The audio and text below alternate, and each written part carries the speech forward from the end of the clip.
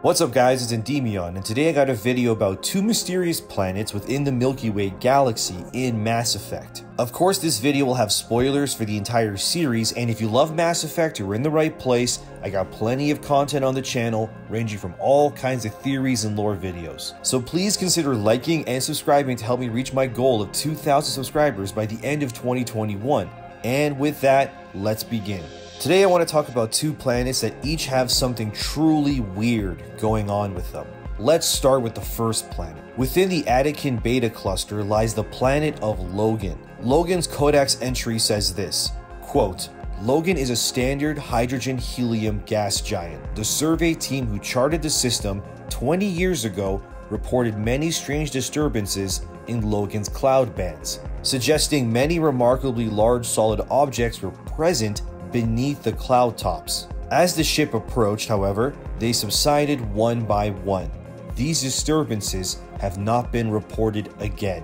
End quote. Strange disturbances, large solid objects that mysteriously vanished as any surveillance was done on the planet. What's going on here? Well, I should also talk about the next planet, and then I'll get into the theory. The second planet is within the Eagle Nebula cluster, and this planet is called Preying Mouth. Its codex reads, and I quote, "A hydrogen-helium gas giant, Preying Mouth is a ship-killing enigma, the Bermuda Triangle of the Terminus systems. There are many theories why ships never return from there: undetectable space debris, old disruptor tornadoes, and magnetic mines from a long-forgotten war, even miniature black holes. But what is clear is that too many ships have been lost there for it to be happenstance." End quote. So with both planets, we have examples of mysterious disappearances, atmospheres that make it incredibly hard to even breach or understand, and a general lack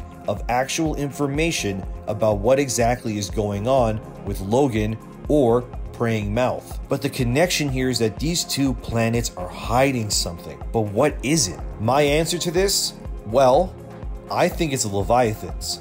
Let me explain. Of course, the Leviathans are aquatic-based and were the original blueprints for what ended up becoming the Reapers. Perhaps within these two planets are hidden laboratories or facilities that are in fact being manned by various scientists and doctors that are enthralled by the Leviathans. But why? As we know from the Leviathan DLC, the Leviathans do not want to be found or interacted with directly. As far as we know beyond Shepard, no one has come close to actually interacting with a Leviathan face to face and live to talk about it, or remember the encounter for that matter, due to the Leviathan's incredibly powerful indoctrination abilities. What I think is going on with Logan and Preying Mouth is that the Leviathans are, in secret obviously, kidnapping and repurposing various highly intelligent people from all kinds of races and putting these workers in locations where the Council races or the Reapers or whatever else would have no actual way of interacting or interfering with. The Leviathans have stated they were the Milky Way's original apex race,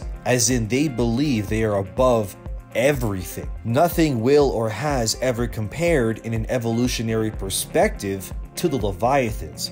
And so far, in terms of sheer power, longevity, or mass, I gotta agree with them. These guys are big as hell. We're talking building sized at the very least. Perhaps the Leviathans are indoctrinating scientists and whatnot and forcing them to work in order to further the Leviathans' long-term goals for the future of the Milky Way and beyond. Preying Mouth, for example, is explained to be a ship-killing enigma, a planet where once you enter, you never likely leave. It would be the perfect location for the Leviathans to place their assets within. No technology or race could ever breach the storm, which leaves whatever they would be experimenting on or creating to happen without delay or disturbance. We also need to remember that once Shepard frees the miners that were working for the Leviathan of Dis within the DLC, those workers had been indoctrinated and controlled for around 10 years by the time Shepard frees them. And once they're freed, the workers have no recollection of what they've been up to for the past 10 years. Imagine going to sleep one day, like any other, only to wake up 10 years later with no idea what's happened, and you're just left to pick up the pieces of your life following that realization. Now imagine if the Leviathans were doing the same thing on various planets with God knows how many enthralled people, but this time they can't be saved or found whatsoever. That's scary. Efficient, I'll give the big cuttlefishes that, but you know, scary. Imagine how many Marvel movies they'd have to catch up on once they've been free of being enthralled. That's a lot of catching up to do thanks to the Leviathans. Anyways, if this were to be the case, of course, the Leviathans themselves wouldn't even have to be on the planets themselves for this to work. We know this because the Leviathans use these artifacts that can transmit their indoctrination signals across infinite lengths of space, sort of like speakers playing a radio signal. So while the Leviathans are chilling in the depths of some ocean planet, they have hundreds, if not thousands of people working aimlessly around the clock to further the Leviathans' plans. But what could they be planning? Well, I mean, for one, we know they have a superiority complex and they think everything is beneath them. We also know whatever planet they originated from, there was one other sapient species on that same planet that the Leviathans came from. And that other species was indoctrinated and forced to create all the things the Leviathans needed. So in a sense, this whole making others work for them has been the status quo for the Leviathans since the beginning of their long, millions of years worth of existence. For all we know, the majority of what's happened within the Milky Way up until this point has all been going exactly how the Leviathans want it to happen. Who knows? I'll just throw another random theory out. What if the Andromeda Initiative had secret Leviathan artifacts on it and the benefactor was none other than the Leviathans? And the people in charge of the initiative are unknowingly being influenced by the Leviathans to further their goals outside of the Milky Way. I mean, that's just a theory, but going on. And then let's talk about the planet of Logan. The large structures that are said to exist on the planet are mysteriously disappearing whenever ships get close.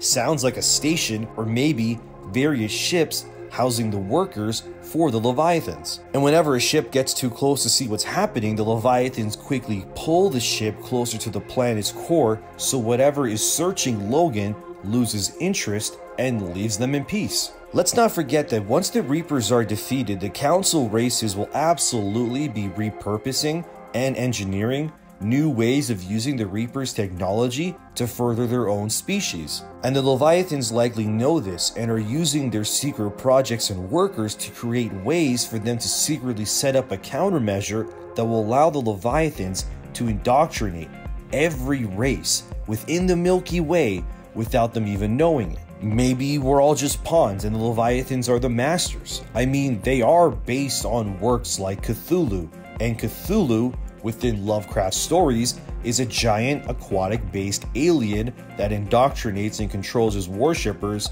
to create and care for him. So I would kind of look at it like that, except on a much more massive scale than just a single city or something. But whatever the Leviathans are planning, they're making progress, and no one is stopping them, and that's scary. Well guys, that's the video on the vanishing planets of Logan and Preying Mouth. What do you think of them? Is the Leviathan theory of using them as smokescreen to further their goals a good idea or not? Let me know in the comments below. And if you like what you've seen and want to see more, please like and subscribe, and maybe even comment to show your support. I'm ENDYMION, expect some more videos coming up here in a bit. I might even do a Halloween video. So thanks for watching, and I'll see you in the next one.